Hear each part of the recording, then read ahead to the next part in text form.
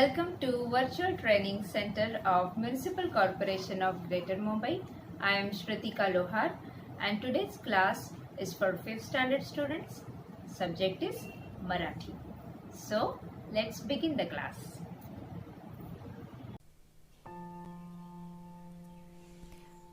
इयत्ता 5वी माध्यम इंग्रजी विषय मराठी. नमस्कार बालमित्रांनो, माझं नाव श्रुतिका सुरेश लोहार आणि आज आपण आपल्या पाठ्यपुस्तकातील कविता क्रमांक 15 शिकणार आहोत. कवितेचे नाव आहे नदीचे गाणे. ही कविता नदीबद्दल आहे.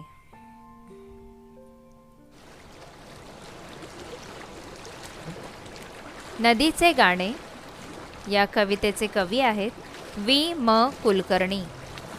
बालमित्रांनो, कविता लिहिणाऱ्याला कवी असं म्हणतात. नदीचे गाणे हे शीर्षक या कवितेला अतिशय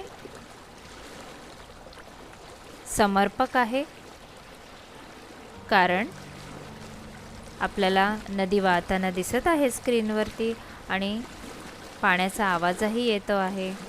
याच आवाजाला नदीचे गाणे असं म्हटलं आहे. नदीच्या खळखळून वाहणाऱ्या पाण्याच्या आवाजात एक सुंदर संगीत आहे. हे एक निसर्गाचं संगीत आहे. चला तर मग नदीचं गाणं आपण ऐकूया.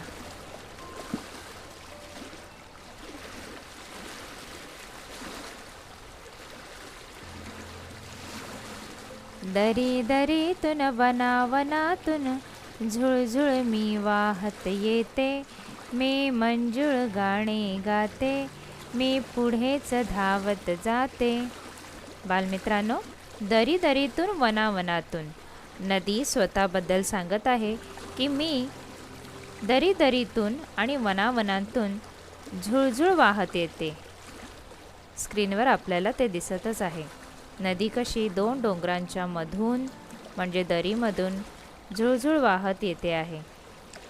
मी मंजुळ गाणे गाते. नदीच्या वाहत्या पाण्याच्या या सुंदर संगीताला गाणे म्हटले आहे. आणि नदीच्या वाहत्या प्रवाहामुळे पाण्याचा हा आवाज होतो आहे, म्हणून असं म्हटले की नदी गाणं गाते आहे. आणि हे गाणं अतिशय मंजूळ आहे, म्हणजे गोड आहे ऐकायला. मी पुढेच धावत जाते. नदी कधी आपल्याला उलटी वळणं घेताना दिसत नाही. नदीचं पाणी नेहमी पुढेच धावत जातं, म्हणजे पुढे पुढे वाहत जातं. नवीन शब्द शिकूया. दरी. दोन डोंगरांच्या मधून वाहणारी ही नदी आपल्याला दिसत आहे. नदी डोंगरांना कापत जाते, त्यामुळे दोन डोंगरांच्या मध्ये अशी दरी निर्माण होते. पुढचा नवीन शब्द आहे वन. चित्रात आपल्याला हे जे जंगल दिसत आहे त्याच्यामधून नदी वाहत जाताना आपल्याला दिसत आहे. जंगलालाच वन असेही म्हणतात.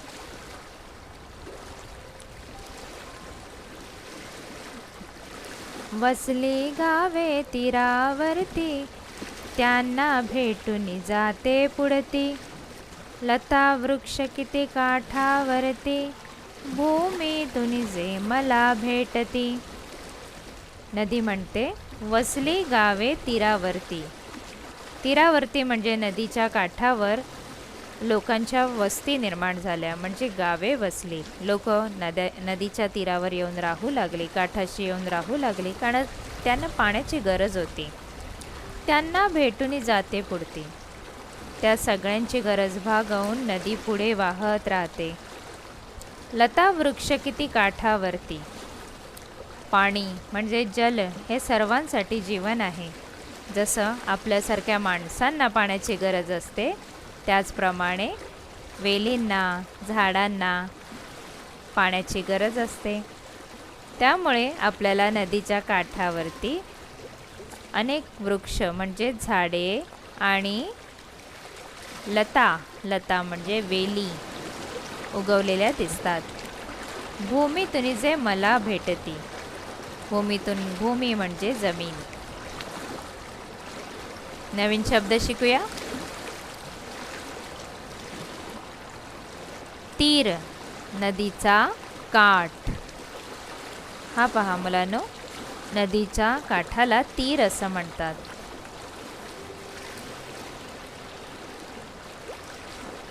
लता, लता म्हणजे वेली. चित्रात आपल्याला या लाकडी काठीला गुंडाळून पुढे वर वाढत जाणारी ही लता म्हणजे वेल दिसत आहे.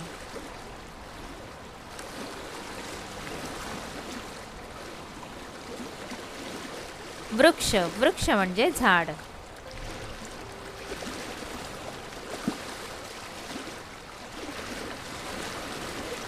फुलवेली मज सुमने देती, कुठे लव्हाळी खेळत बसती. कुठे अमृतरू माझ्यावरती, शीतल आपुली छाया धरती. नदी म्हणते फुलवेली मज सुमने देती. नदीच्या तीरावर उगवलेल्या फुलवेली नदीला फुले देतात. सुमने म्हणजे फुले, म्हणजे झाडांवर किंवा वेलींवर उगवलेली फुले ही नदीला अर्पण होतात, म्हणजे नदीमध्ये पडतात. कुठे लवाळी खेळत बसती. नदीच्या काठाशी लवाळ नावाचं आयुर्वेदिक गवत उगवतं, त्याला नागरमोथा असेही म्हणतात.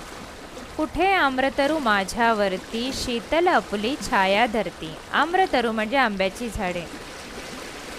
बऱ्याचदा आपल्याला नदीच्या काठाशी आंब्याची झाडं उगवलेली दिसतात. ही आंब्याची झाडं मोठी होतात आणि मग नदीला शीतल छाया म्हणजे थंड सावली देतात. नवीन शब्द शिकूया.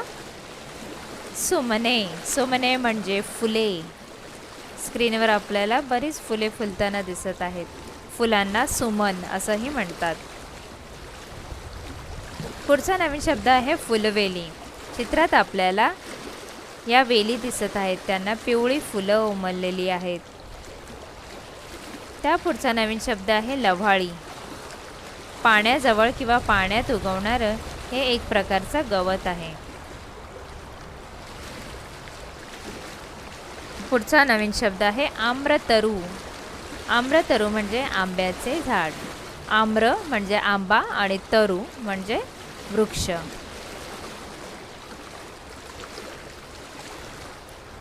पाणी पिऊनी पक्षी जाती, घट भरुनी कोणी जल नेती. गुरे वासरे जवळी येती, मुले खेळती लाटांवरती. नदी असं म्हणते पाणी पिऊनी पक्षी जाती. अनेक पक्षी, पक्षी म्हणजे बर्ड्स, पक्षी नदीवर पाणी प्यायला येतात. घट भरुनी कोणी जल नेती. जल म्हणजे पाणी. काही माणसे नदीवर पाणी भरायला येतात. घट म्हणजे मातीची भांडी किंवा मातीचे मडके. गुरे वासरे जवळी येती. गुरवासरे नदीच्या जवळ का बरं येतील? काही गुरवासरं आंघोळ करायला नदीत येतात, तर काही गुरवासरं पोटभर पाणी प्यायला येतात, त्यांची तहान भागवायला येतात. मुले खेळती लाटांवरती. लहान लहान मुलं नदीमध्ये आंघोळ करायला खेळायला येतात. लाटांवरती म्हणजे नदीमध्ये ज्या लाटा येतात त्या लाटांवर खेळायला मुलं येतात. नवीन शब्द शिकूया. घट. घट म्हणजे मातीचा घडा किंवा मडके.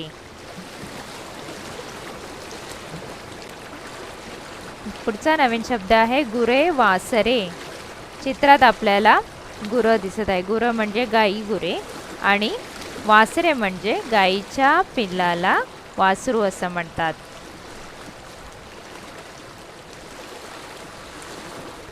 पुढचा नवीन शब्द आहे लाटा. आपल्याला लाटांचा आवाज ऐकू येत आहे, तसं स्क्रीनवरती लाटांचं चित्रही दिसत आहे. पाण्यावरती अशा लाटा येत राहतात.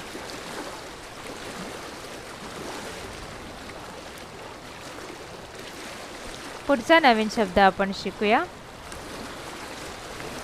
मी कोणाची, मी सर्वांची, बांधून ही मज नेणाऱ्यांची. जेथे जाईन तेथे फुलविन बाग मनोहर आनंदाची. नदीचं म्हणणं आहे, मी कोणाची? तर मी सर्वांचीच आहे. बांधून ही मज नेणाऱ्यांची. जेथे जाईन तेथे फुलवीन, म्हणजे ज्याला जशी गरज आहे तशी त्याची मी गरज भागवते. आणि जेथे जाईन तेथे फुलवीन, म्हणजे माझ्या सानिध्यात जो जो येतो, माझ्याजवळ जो जो येतो, किंवा मी जिथे जाते तिथे सगळ्यांना मी आनंदी करते, सगळ्यांची तहान भागवते. बाग मनोहर आनंदाची, म्हणजे नदी म्हणते मी जिथे जिथे वाहत जाते तिथे सर्वत्र आनंद किंवा आनंदी आनंद पसरतो. आणि सगळ्यांची मनं जशी फुलं उमलतात ना, त्याप्रमाणे सगळ्यांची मनं आनंदाने मनोहर बागेप्रमाणे फुलतात. शब्दार्थ बघूया. आज आपण नवीन शब्द शिकलो. मंजूळ. मंजूळ म्हणजे जे ऐकायला फार गोड वाटते. पुढचा शब्द आहे छाया. छाया म्हणजे शॅडो किंवा सावली. झाडांची जी खाली सावली आपल्याला मिळते उन्हाळ्यामध्ये, त्याने आपल्याला फार गार वाटतं. त्या सावलीला छायाही म्हणतात. मनोहर. मनोहर म्हणजे सुंदर. शीतल. शीतल म्हणजे थंड. बालमित्रांनो, चला तर आपण आता स्वाध्याय पूर्ण करूया. प्रश्न क्रमांक 1. एका वाक्यात उत्तरे सांगा. अ. मंजूळ गाणे कोण गाते? उत्तर. नदी मंजूळ गाणे गाते. आ. गावे कोठे वसली आहेत? उत्तर. गावे तीरावरती वसली आहेत. ई. नदीवर शीतल छाया कोण धरते? उत्तर. आम्रतरू नदीवर शीतल छाया धरतात. ई. नदी जेथे जाईल तेथे काय करेल? उत्तर. नदी जेथे जाईल तेथे आनंदाची मनोहर बाग फुलवील. पुढचा प्रश्न. कवितेतील कडव्याच्या ओळी पूर्ण करा. फुलवेली मज सुमने देती, कुठे लवाळी खेळत बसती, कुठे आम्रतरू माझ्यावरती, शीतल अपुली छाया धरती. प्रश्न क्रमांक 3. जोड्या जुळवा. अ गट आणि ब गट. अ गटामध्ये शब्द आहेत झुळझुळ, मंजूळ आणि शीतल. तर ब गटामध्ये शब्द आहेत गाणे, छाया आणि पाणी. झुळझुळ काय वाहतं? झुळझुळ पाणी वाहतं. मंजूळ. मंजूळ गाणे असते. शीतल. शीतल म्हणजे थंड, तर शीतल छाया. बालमित्रांनो, आज आपण काही नवीन शब्द शिकलो. त्या नवीन शब्दांचा लेखन सराव हाच आजचा गृहपाठ आहे. तर आज आपण शिकलेले नवीन शब्द वाचूया. मंजूळ, शीतल, झुळझुळ, लतावृक्ष, लव्हाळी आणि आम्रतरू. चला, यांचा आपण लेखन सराव करूया.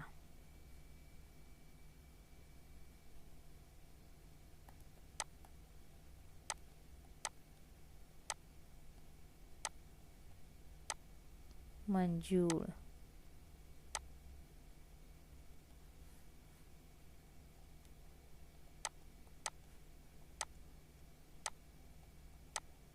मंजूळ,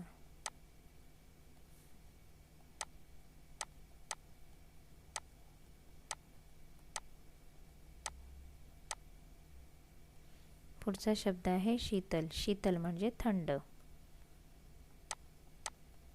शीतल,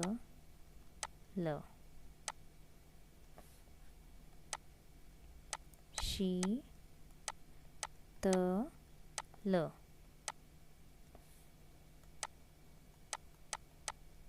शीतल. अशा प्रकारे आपल्याला लेखन सराव करायचा आहे. झुळझुळ. झुळझुळ नदी वाहते. झुळ झुळ.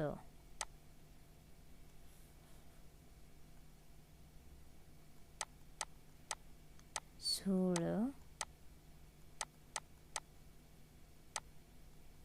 झुळ झुळझुळ.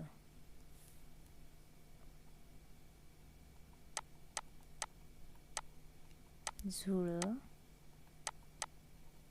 झुळ. पुढचा शब्द आहे लता वृक्ष.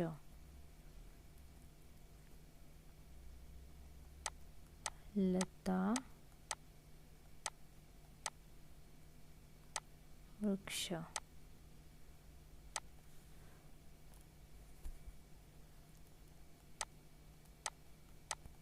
लता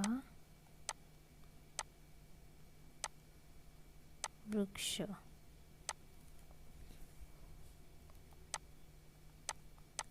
लता वृक्ष. पुढचा शब्द आहे लव्हाळी. लव्हाळी.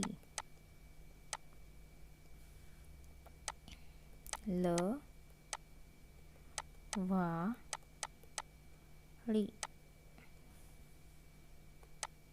लव्हाळी.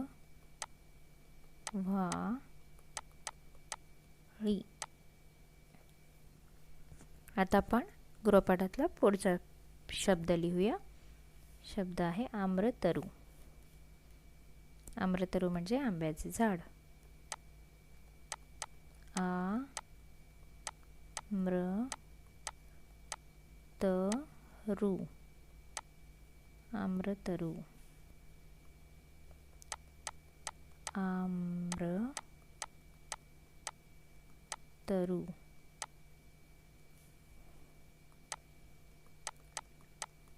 आम्रतरू.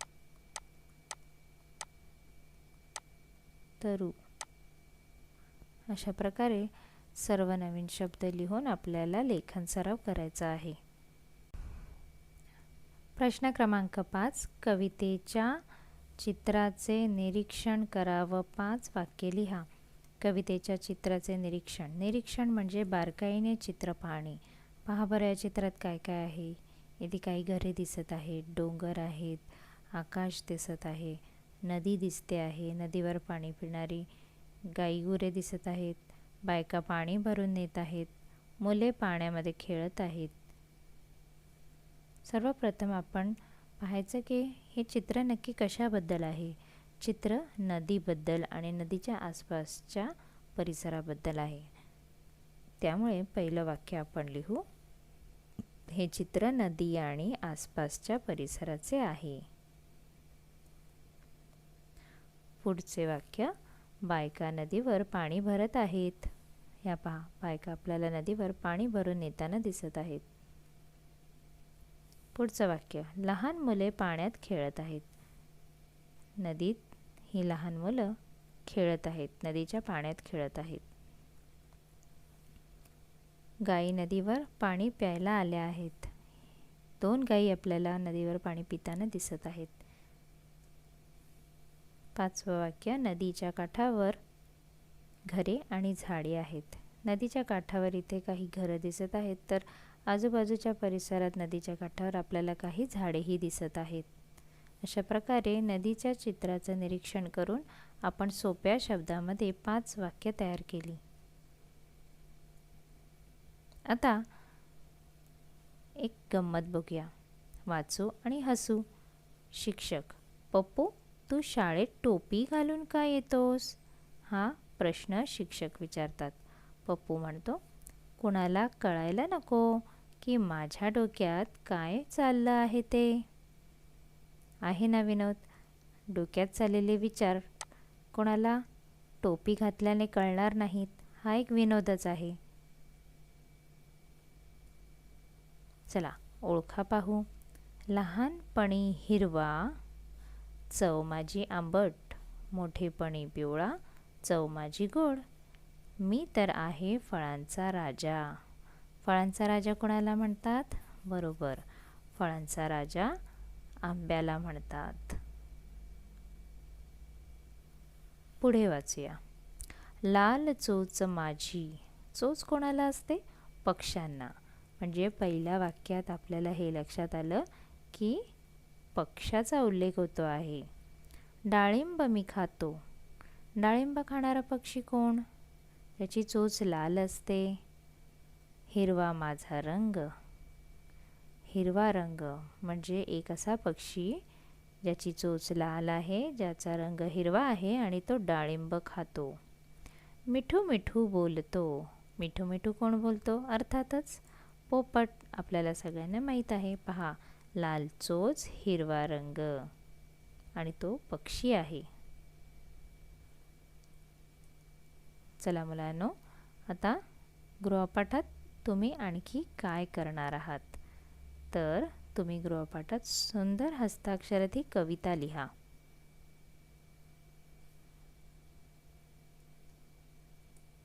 धन्यवाद.